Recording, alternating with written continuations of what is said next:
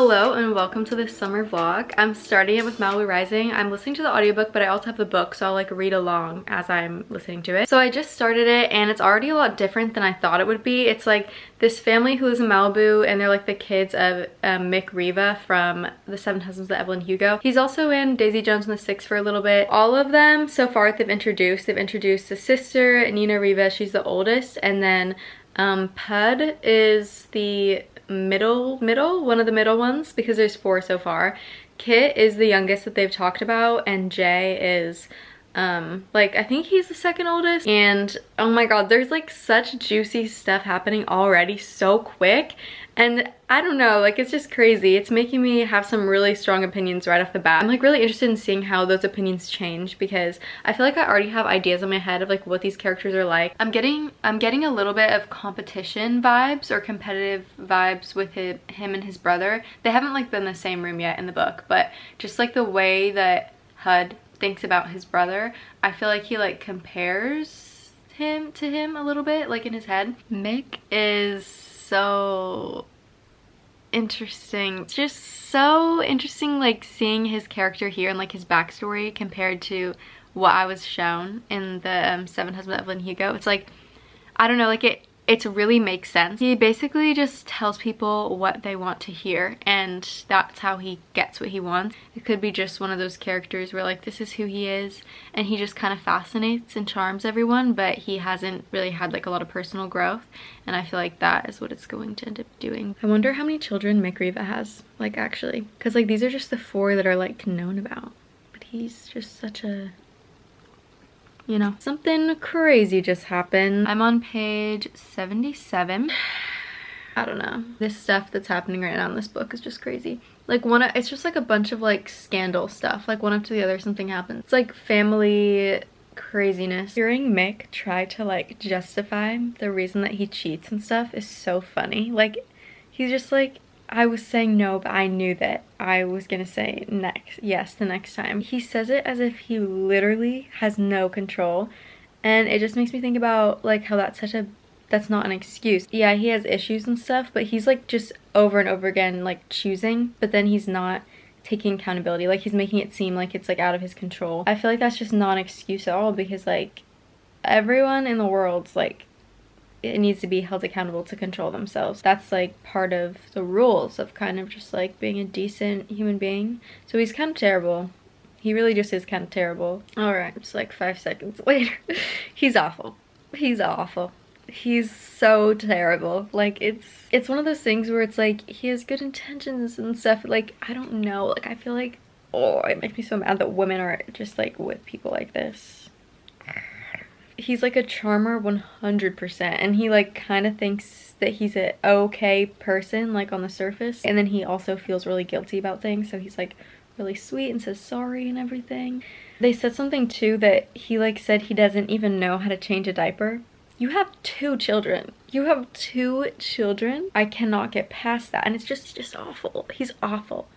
I can't wait to talk to my mom about this book because she read it all that long ago and she wanted to talk to me about it, but I hadn't read it, so now I'm finally gonna be able to talk to her about it, and I have so much to say. I wish she was awake right now so I could go bother her about it. So she took him back.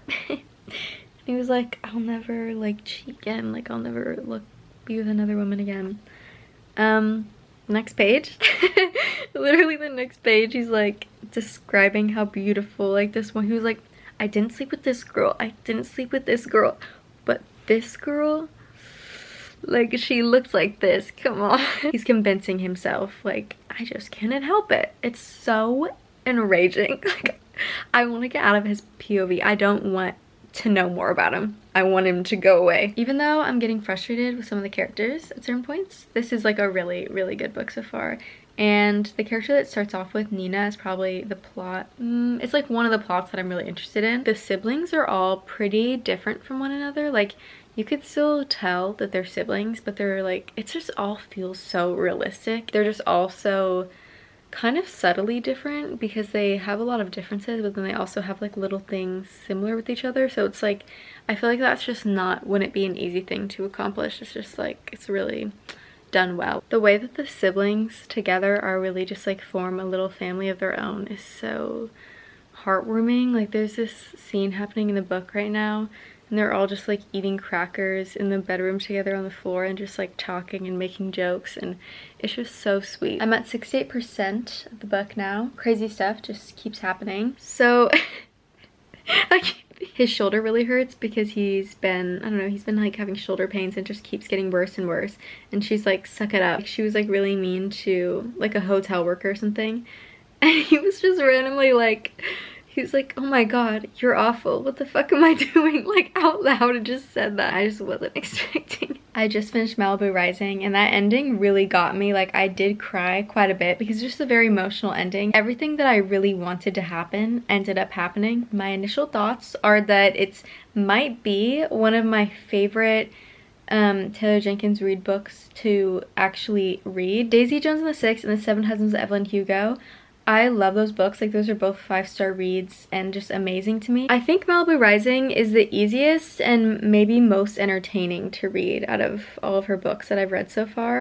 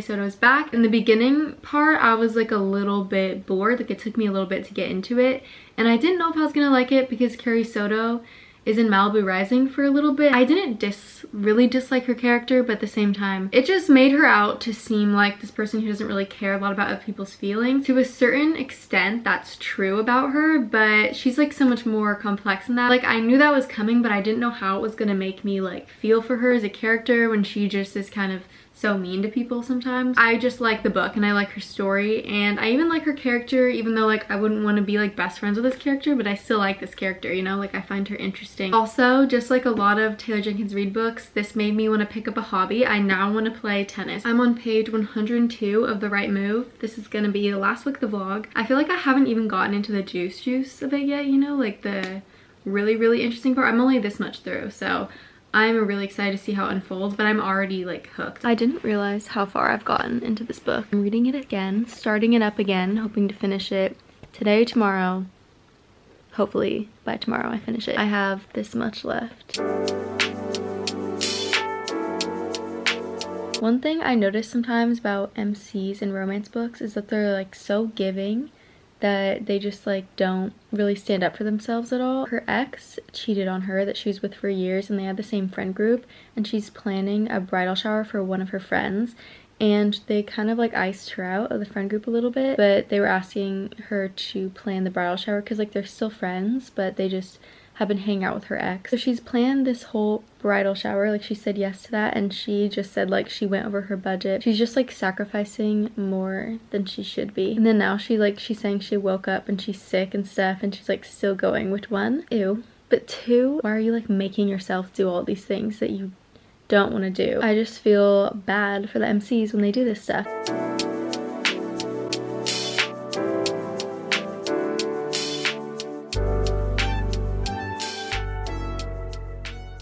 Indy is like the nicest, sweetest person ever, and Ryan is kind of like the same. He's like the equivalent to her, so they're perfect for each other, and it's just so sweet because they both have had moments where like they need the other person to take care of them, and it's just really sweet. I kind of forgot about that trope, but it's definitely a cute one. Last night when I was reading, I felt like I was kind of like ahead, you know, I was doing good, but now I'm looking at how much I have left and I'm like, wow, I actually do have a lot left. But I am really liking it so far. There are so many things that keep happening and like miscommunications right now, so it's kind of like, it's the hurdles before they get together is kind of what it is right now.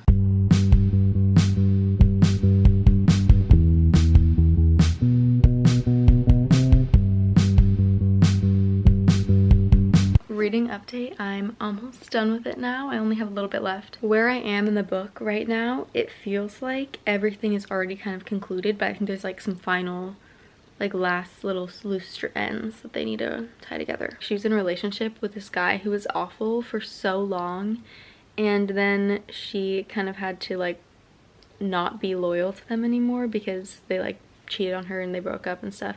So she has to like let herself cease an option that is like so much better for her and that she can like fall in love with. She and him unwillingly open themselves up to love because they're both kind of like, they both have been hurt in the past. But I just really like how she's kind of realizing that not everyone deserves her loyalty. That's something that the guy in it said to her. It's the next morning. I'm almost done.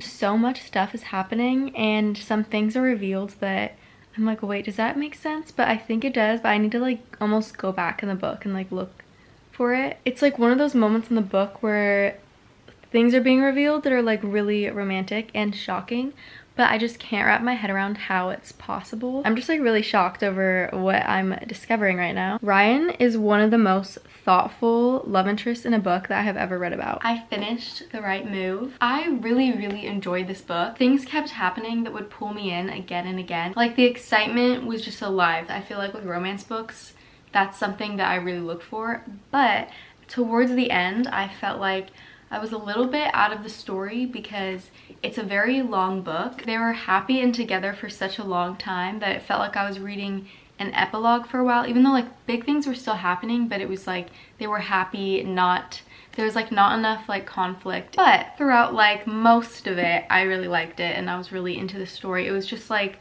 at like maybe like this much at the end where I was kind of a little bit bored. This is definitely one that I'd recommend if you like sports romances, because this is one of the better sports romances I've read. Also, like I was saying while I was reading it, I love the main characters in this. They're just so good. Like they're such good people and they're so sweet and thoughtful, both of them. That is going to conclude this video. Give it a like and subscribe if you want to see more of my videos. All my social media will be linked below. See you in the next one.